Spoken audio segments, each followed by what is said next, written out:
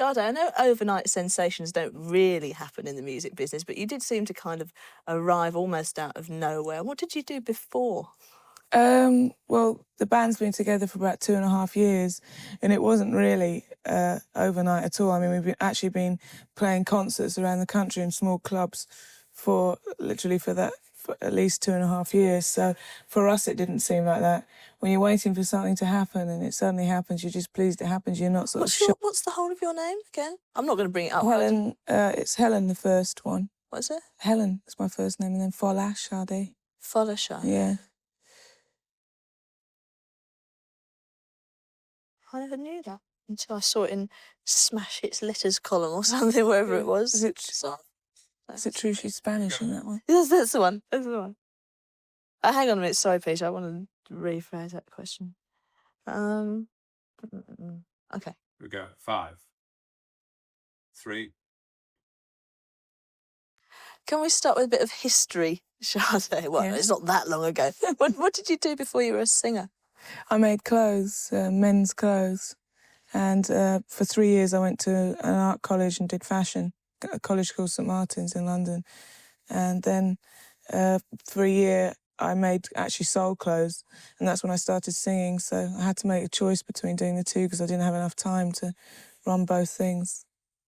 So how did the singing thing start then? I was just asked to do some backing vocals in a band called Pride, which is a funk band, and that's how I started. And then from within that band, we carried on doing a smaller set, which was softer, it's more soul and jazz. I mean, basically the set we're doing now, the Sade set.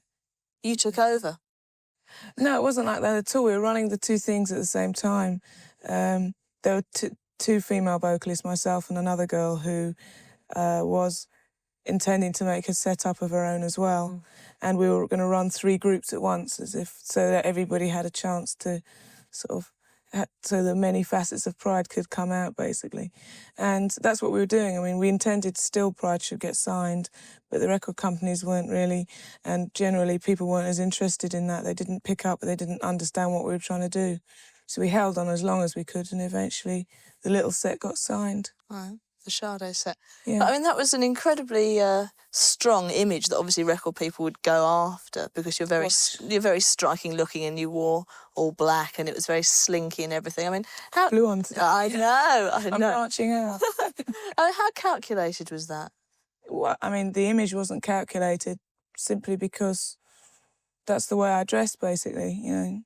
I mean, when I'm paying attention to the way I dress, that's the way I dress. For instance, if I go out, that is how I look. But, so it wasn't sort of like a big master plan. We didn't all sit down and think. Somebody asked me, actually, a little while ago, who thought of putting my hair back and putting in a Spanish look. And I couldn't understand why anybody should think even that I have an image, because that is the way I look. You know, it's the way I have been for some time. So you write your own material, don't you, as well as performing, or do you co-write with? I co-write them with the saxophone player. I write all the lyrics and the tunes that I sing, and then arranged by myself and Stuart Matthewman, the sax player. Is that something you just started doing? Because I can understand how if you were maybe doing one thing before, like designing clothes, and you could sort of sing a bit, and then you went into singing. And stuck at that, yeah. It was out of... I suppose we just started taking what we're doing more seriously. I mean, when we first started the small set, I mean, nobody really cared too much. It was just an exercise, really. It was just sort of fairly self-indulgent, I suppose, and we didn't take it at all seriously, and we were just doing cover songs. But because people were actually coming to see us and people actually were interested in what we were doing, we started paying more attention to it ourselves and writing our own material. It was almost out of necessity that we started doing our own material. So, sorry. Well, it just wasn't that hard. I think that there wasn't too much pressure on us because we had Pride. So it wasn't as if it was the only thing in the world that we had. And Pride was, at that time, the most important thing. So I think because there wasn't too much pressure on us, it made it easier for us to do it, you know. Right. So until you have an LP out, I mean, all that most people will have heard of you is a single or 2 singles. I mean, how much variety is there? I mean, do you do a wide range of stuff, or is it? Oh no, that sounds awful. But you know what I mean. All people will know is some heavy metal. Yes, yes. No, all most people know is Your Love Is King. Yeah, true. And because I don't know how many people have actually heard the 12-inch, but there are 3 tracks on the 12-inch of the first single, and the same as the second. So if people have bought both 12 inches, they've heard 6 tracks of ours. So that's a fair few, really. Right. But it's mainly, it goes between, I mean, it's all pretty much soul, and it all has a fairly sort of gentle sort of jazz feel. It's not jazz by any means. I mean, I could only sort of describe it really as soul with a jazz feel.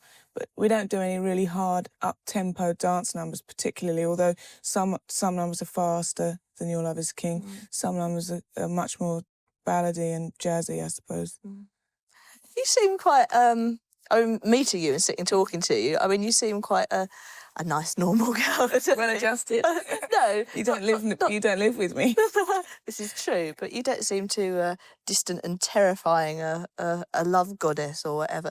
So when you come to sing something like Your Love Is King, which has got a fairly sort of, you know, a sexual lyric or anything, do you feel any embarrassment about it? Do you have to sort of become another person? Or... Excuse me. I think I don't feel embarrassed about any of the lyrics. I suppose that's because at the time when I write them, I take care and I mean them. So I don't turn around and feel embarrassed about what I mean. There's no reason to, you know.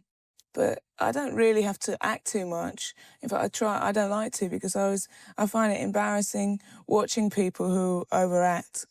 If anything, I understate, and maybe that's sort of a shortcoming in a way. Maybe I should put a little bit more, but through fear of not wanting to overstate myself, I think sometimes I understate, you know, when I'm presenting a song. But, you know, it's a safer way for me anyway. It works.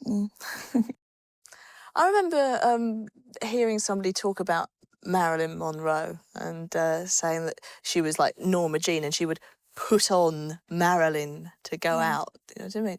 What does it take to put on Sade? A lot of hair gel, a lot of mohair.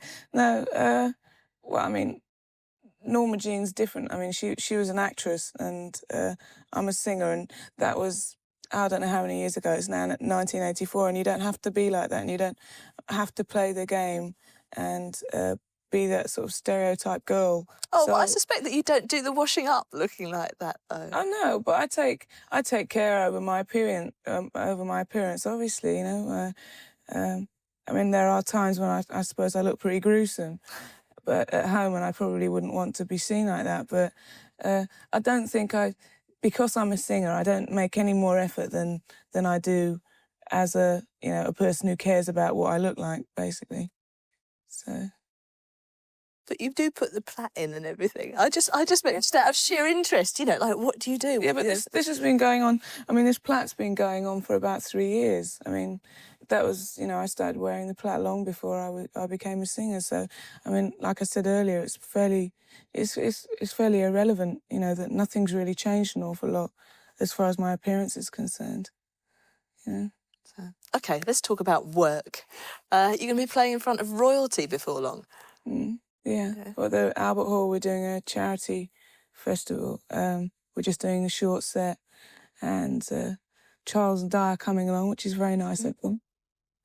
We appreciate that. Will it make you nervous? No, I don't think. No, I mean, 2 people don't make any difference. We're playing in front of a lot of people. Yeah, it focuses more attention on the event, though, doesn't it? Yeah, but not their physical presence. I mean, their physical presence won't frighten me. I mean, maybe the physical presence of however many thousand people the Albert Hall holds will be a bit daunting, but, I mean, Charles and Di, you know, they're all right. I'm sure like I said, it's nice of them to come along. Imagination. It's very difficult to curtsy in ski pants, of course. Yeah. Is that what you have to do? Do you have to curtsy? I don't know yet. Perhaps you find out before you meet them. So, very quickly, when is there going to be an LP and things like that? There's an album coming out in July. We finished it now, just at the beginning of July. And the new single's out now in London, well, in England. I hope it's going out outside London anyway. Yeah. So, will that feel like the start of something? I mean, like, I think so. LP. Far more. I think far more so, because a lot of people have said to me, you know, have you celebrated? Well, we haven't got anything to celebrate yet because we're only just starting, and you know, I feel that we've got a long way to go and we can get better. So this is just the start. What a great line to finish on. Mm. It's beautiful. Thank you. It's Okay. great.